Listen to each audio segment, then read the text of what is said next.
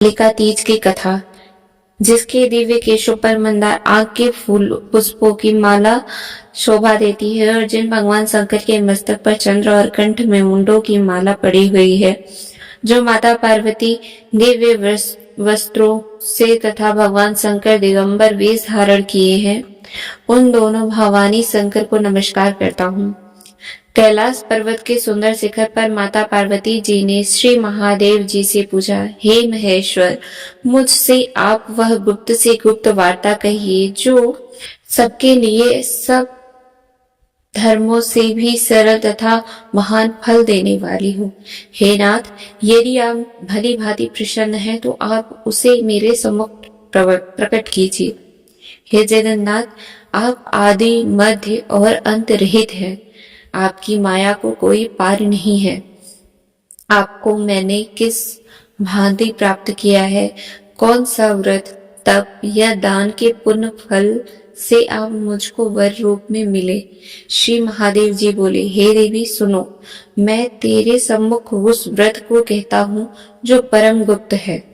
जैसे तारों गणों में चंद्रमा और ग्रहों में सूर्य, वर्णों में ब्राह्मण, देवताओं में गंगा, पुराणों में महाभारत, वेदों में शाम और इंद्रियों में मन श्रेष्ठ है, वैसे ही पुराण और वेद सब में इनका वर्णन आया है, जिसके प्रभाव से तुमको मेरा आधा आसन प्राप्त हुआ है। हे प्रिय, उसी का मैं तुमसे वर्णन करता हूँ। सुनो सुनो भाद्रपद भादो मास के शुक्ल पक्ष की हस्त नक्षत्र संयुक्त तृतीया तीज के दिन इस व्रत का अनुष्ठान मात्र करने से सब पापों का नाश हो जाता है।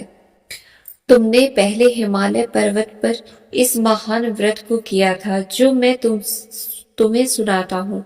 पार्वती जी बोली, हे प्रभु, इस व्रत को मैंने किस लिए किया था और मुझे सुनने की इच्छा है, सो कृपया करके आप कहिए। शंकर जी बोले, आर्यावर्त वे हिमालय नाम के एक महान पर्वत है, जहाँ अनेक प्रकार की भूमि अनेक प्रकार के वृक्षों से सुशोभित है, जो सदैव बर्फ से ढके हुए तथा गंगा की कलकल ध्वनि से शब्दयमान रहता है। हे पार्वती जी, तुमने बाल्यकाल में उसी स्थान पर परम तप किया था और तुमने 12 वर्ष तक जल में रहकर तथा बैसाख मास में अग्नि में प्रवेश करके तप किया। श्रावण के महीने में बाहर खुले में निवास कर अन्न त्याग कर तप करती रही। तुम्हारे उस कष्ट को देखकर तुम्हारे पिता को बड़ी चिंता हुई। वे चिंतातुर होकर सोचने लगे कि मैं इस कन्या की किससे शादी करूं। इस अवसर पर दैव योग से ब्रह्मा जी के पुत्र नारद जी वहां आए। देवर्षि नारद ने तुम शैलपुत्री को देखा। तुम्हारे पिता हिमालय ने देवर्षि को अर्ध पाद आसन देकर सम्मान सहित बिठाया और कहा, हे मुनीश्वर, आपने यहाँ तक आने का कष्ट कैसे किया, कहिए क्या आज्ञा है।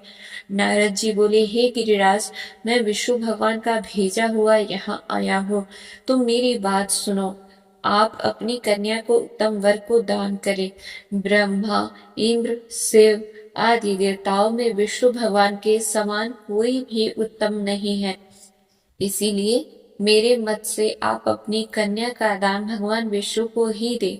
हिमालय बोले, यदि भगवान वासुदेव स्वयं ही कन्या को ग्रहण करना चाहते हैं तो इस कार्य के लिए ही आपका आगमन हुआ है, तो वह मेरे लिए गौरव की बात है। मैं अवश्य उन्हें ही दूंगा। हिमालय का यह आश्वासन सुनते ही देवर्षि नारद जी आकाश में अंतर्धान हो गए और शंख चक्र गदा पद्म एवं पीताम्बर धारी भगवान विष्णु के पास पहुंचे। नारद जी ने हाथ जोड़कर भगवान विष्णु से कहा, प्रभु, आपका विवाह कार्य निश्चित हो गया है। इधर हिमालय ने पार्वती जी से प्रसन्नता पूर्वक कहा, हे पुत्री, मैंने तुमको गरुड़ा ध्वज भगवान विष्णु को अर्पण कर दिया है। पिता के इन वाक्यों को सुनते ही पार्वती जी अपनी सहेली के घर गई और पृथ्वी पर गिरकर अत्यंत दुखित होकर विलाप करने लगी। उनका विलाप करते हुए देखकर सखी बोली, हे देवी, तुम किस कारण से दुखी पाती हो, मुझे बताओ, मैं अवश्य ही तुम्हारी इच्छा पूर्ण करूंगी। पार्वती बोली, हे सखी, सुन, मेरी जो मन की अभिलाषा है सुनाती हूँ। मैं श्री महादेव जी को वरण करना चाहती हूँ।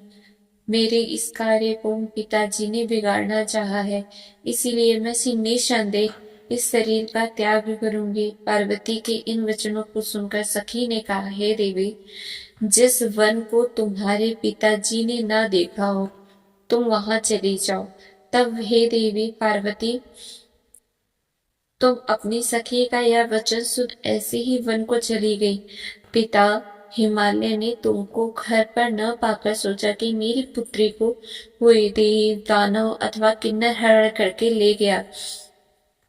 मैंने नारद जी को वचन दिया था कि मैं पुत्री का गरुड़ध्वज भगवान विष्णु के साथ वरण करूंगा। हाय, अब यह कैसे पूरा होगा? ऐसा सोचकर वे बहुत चिंतातुर हो मूर्छित हो गए। तब सब लोग हाहाकार करते हुए दौड़े और मूर्छा दूर होने पर गिरिराज से बोले कि हमें आप अपनी मूर्छा का कारण बताओ। हिमालय बोले, मेरे दुख का कारण यह है कि मेरी रत्न रूपी कन्या कोई हरण करके ले गया, या सर्प डस गया, या किसी सिंह या व्याघ्र ने मार डाला। वह न जाने कहाँ चली गई है, या उसे राक्षस ने मार डाला है।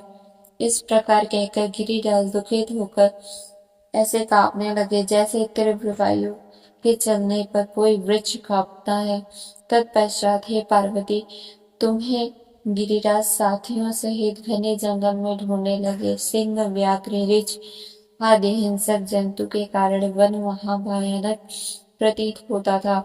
तुम भी सखी के साथ भयानक जंगल में घूमती हुई वन के एक नदी के तट पर एक गुफा में पहुंची। उस गुफा में तुम अपनी सखी के साथ प्रवेश कर गए, जहां तुम अन्न जल का त्याग करके बोली बालू का लिंग बनाकर मेरी आराधना करती रही। उस समय भाद्रपद मास की हस्त नक्षत्र युक्त तृतीया के दिन तुमने मेरा विधि विधान से पूजन किया था तथा रात्रि को गीत गायन करते हुए जागरण किया। तुम्हारे उस महाव्रत के प्रभाव से मेरा आसन डोलने लगा। मैं उसी स्थान पर आ गया जहां तुम और तुम्हारी सखी दोनों थी। मैंने आकर तुम्हें कहा, हे वरानने, मैं तुमसे प्रसन्न हूँ, तुम मुझसे वरदान मांग। तब तुमने कहा कि हे देव, यदि आप मुझसे प्रसन्न हैं तो आप महादेव जी ही मेरे पति हो। मैं तथास्तु ऐसा कहकर कैलाश पर्वत को चला गया और तुमने प्रभात होते ही मेरी उस बालू की प्रतिमा को नदी में विसर्जित कर दिया। हे सुबेद, तुमने वहां अपनी सखी सहित व्रत का पारायण किया। इतने में ही तुम्हारे पिता हिमवान भी तुम्हें ढूंढते ढूंढते उसी घने वन में आ पहुंचे। उस समय उन्होंने नदी के तट पर दो कन्याओं को देखा तो वे तुम्हारे पास आ गए और तुम्हें हृदय से लगाकर रोने लगे और बोले, बेटी, तुम इस सिंह व्याघ्रादि युक्त घने जंगल में क्यों चली आए?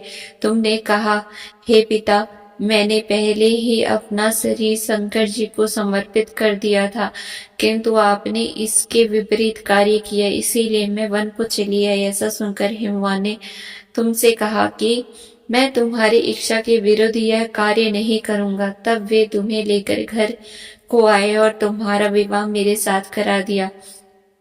हे प्रिय, उसी व्रत के प्रभाव से तुमको मेरा अर्धासन प्राप्त हुआ है। इस व्रतराज को मैंने भी अभी तक किसी के सम्मुख वर्ण नहीं किया है। हे देवी, अब मैं तुम्हें यह बताता हूँ कि इस व्रत का यह नाम क्यों पड़ा। तुमको सखी हरण करके ले गई, इसीलिए हरतालिका नाम पड़ा। पार्वती जी बोली, हे स्वामी, आपने इस व्रतराज का नाम तो बता दिया, किंतु मुझे इसके विधि एवं फल भी बताइए कि इसके करने से किस फल की प्राप्ति होती है। तब भगवान शंकर जी बोले, इस स्त्री जाति के अति उत्तम व्रत की विधि सुनिए।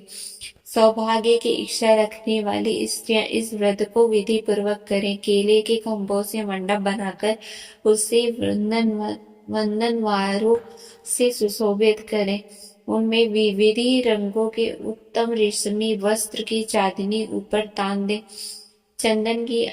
चंदन आदि सुगंधित द्रव्यों को लेपन करके स्त्रियां एकत्र हो, शंख भेरी मृदंग आदि बजावे, विधि पूर्वक मंगलाचार करके श्री गौरी शंकर की बालू निर्मित प्रतिमा स्थापित करें। फिर भगवान शिव पार्वती जी का गंध धूप लेपन पुष्प आदि विधि पूर्वक पूजन करें, अनेकों नैवेद्यों का भोग लगावे और रात्रि को जागरण करें। नारियल सुपारी जाम्र जवारी नींबू लौंग अनार नारंगी आदि ऋतु फलों तथा फूलों को एकत्रित करके धूप दीप आदि से पूजन करें और कहें, हे कल्याण स्वरूप शिवे,